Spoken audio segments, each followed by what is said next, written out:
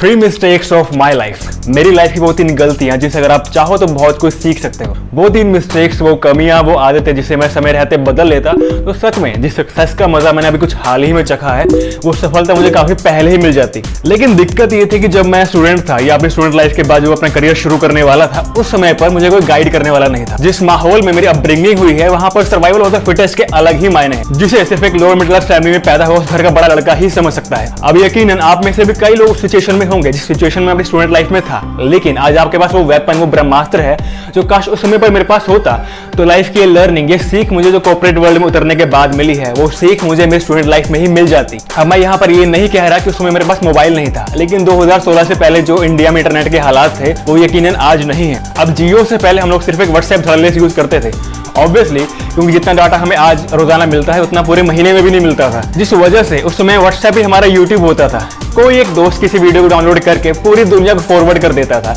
हालांकि वो यूट्यूब से ज्यादा कहीं और से ही डाउनलोड करके फॉरवर्ड करता था। तो without wasting any time, 3 mistakes of my life. दोस्तों, अपनी स्टूडेंट लाइफ में मैं एक हद से ज्यादा शाय, एक बहुत ही शर्मीला लड़का था, लेकिन मैं इंट्रोवर्ट नहीं था। मतलब क्या इन दोनों वर्ड्स के बीच कोई फर्क है?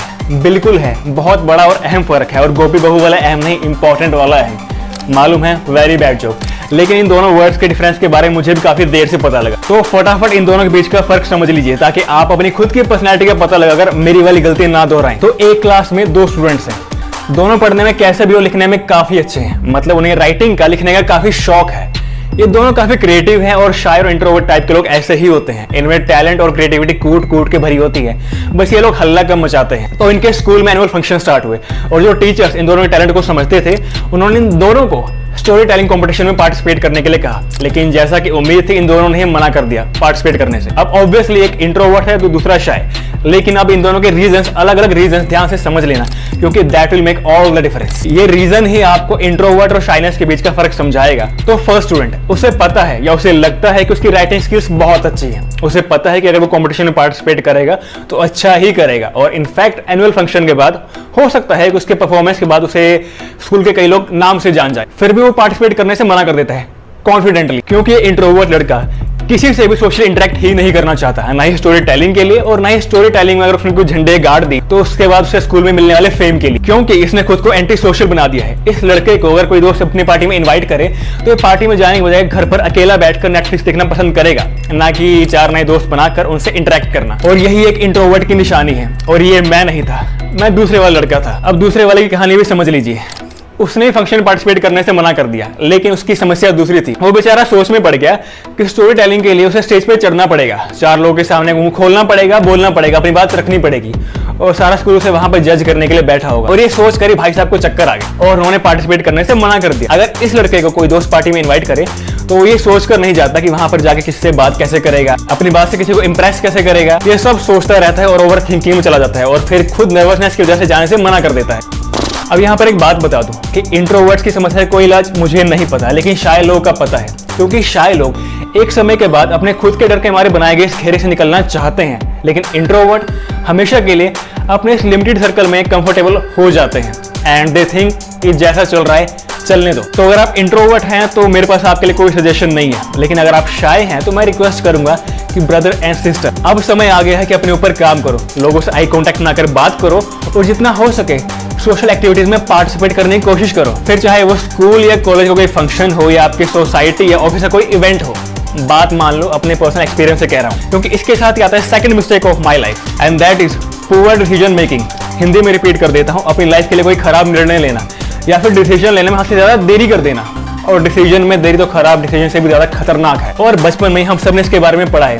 हिंदी मीडियम वालों ने चाचा चौधरी की कहानियों में, अकबर वीर के किस्सों में पढ़ा होगा, और इंग्लिश मीडियम वालों ने हैरी पॉटर सीरीज या फिर डेथ नोट में लाइव देखा होगा। अब यहाँ पर मैं अपना एक भयंकर वाला एग्जांपल देना चाहूंगा। अब जैसे मेरे बचपन की एक कहावत है कि अब पछताए क्या हो जब चिड़ियां चुग गई खेत। अब आजकल आपके स्कूल बुक्स में कौन सी कहावत चल रही है मुझे नहीं पता, चाहो तो मुझे कमेंट सेक्शन में बता देना, लेकिन कोई वेज कहावत बताना भाई।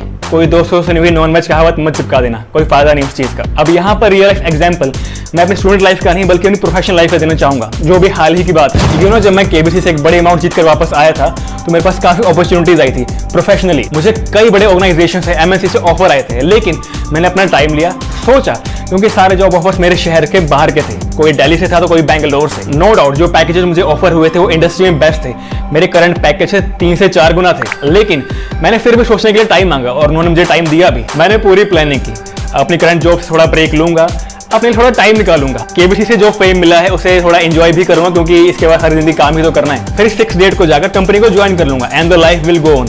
लेकिन चीजें प्लानिंग के हिसाब से नहीं हुई और एक घटना हुई जिसने पूरी दुनिया के लोगों को अपने घरों में कैद कर दिया, मुझे भी। यस, कोविड-19 जब फर्स्ट लॉकडाउन हुआ तो मेरी ज्वाइन डेट थोड़ी आगे बढ़ गई और जैसे जैसे लॉकडाउन आगे बढ़ा तो फिर पैकेजेस से कॉम्प्रोमाइज होना शुरू हो गया और आखिर में ऐसा टाइम भी आया जब ऑलमोस्ट हर छोटी या बड़ी कंपनी की तरह जहां मैं ज्वाइन करने वाला था वहां पर भी इस पैंडेमिक की वजह से हायरिंग बंद हो गई। तो फिर सोसाइटी के 4 लोगों ने मिलकर मुझे एक बात समझाई।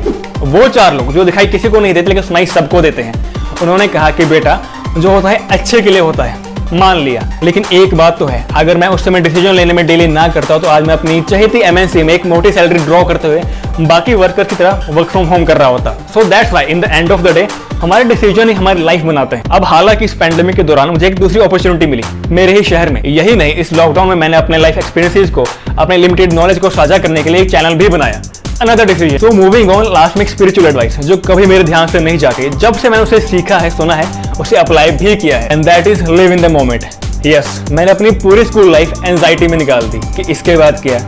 Same with the college life कि 3 साल तो हैं, इसके बाद क्या। और जब से प्रोफेशनल लाइफ में आया हूं तो सबसे पहले इंटरव्यू लेने वाले ही पूछ लेते हैं कि डियर कैंडिडेट, आज से 5 साल के बाद अपने आप को आप कहां देखते हैं? इन शॉर्ट, इसके बाद क्या। और इंटरव्यू में तो आप ये भी नहीं बोल सकते कि sir I live in the moment, क्योंकि रियलिटी यही है कि वहां पे आपको डिप्लोमेटिक जवाब ही देना पड़ेगा। लेकिन बैक ऑफ द हेड मुझे मेरी रियलिटी पता है। मैं फ्यूचर के बारे में सोचता जरूर हूँ, इनफैक्ट काफी सोचता हूँ, बस अब चिंता नहीं करता। वो मैं पहले बहुत कर चुका हूँ और इसका नतीजा भी देख चुका हूँ। लेकिन इस मामले में मुझे सिद्धू जी की कहावत बड़ी ध्यान आती है कि बेटा, चिंता चिता समान होती है। और वैसे भी जिस आज की चिंता मुझे एक दिन पहले थी तो अगले दिन मेरा बीता हुआ कल बन जाएगा। तो इन द लास्ट, वीडियो खत्म करने से पहले एक लास्ट लाइन, कल के लिए पूरा हार्डवर्क करना, जी तोड़ मेहनत करना, लेकिन आज की जिंदगी जीना मत भूलना, क्योंकि क्या पता कल होना हो। दोस्तों, अगर ये वीडियो पसंद आए तो उसे लाइक करना, डिसलाइक जरूर करना, और अगर मेरे चैनल पर नए हैं तो उसे सब्सक्राइब करना ना भूलना। मिलते हैं फिर, जय हिंद।